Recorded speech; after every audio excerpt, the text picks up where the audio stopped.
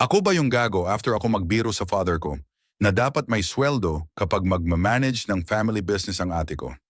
May tanong lang, mali ba magbiro sa parents na bigyan ako ng sweldo kapag magtatrabaho kami magkakapatid sa fam business? For context, habang kumakain kami, hapunan ng parents ko, pupunta sa Dubai, tas ang duration ng vacation nila is 20 araw. Habang kumakain kami, inuutusan ng ate ko na i-manage niya ang family business. Ako naman nagbiro ako sa father ko nito.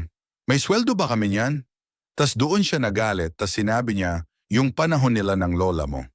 Manipulation card, tigkwento niya pa sa amin na hindi daw siya humihingi ng sweldo sa lola ko nung nagtitinda sila sa market.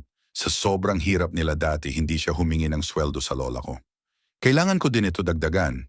Expected din na sa amin na magtutulong din ako, tas ng bunso ko kapatid sa family business.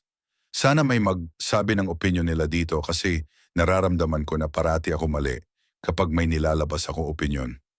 Pasensyahan nyo na ang grammar ko, hindi ako magaling sa Tagalog grammar.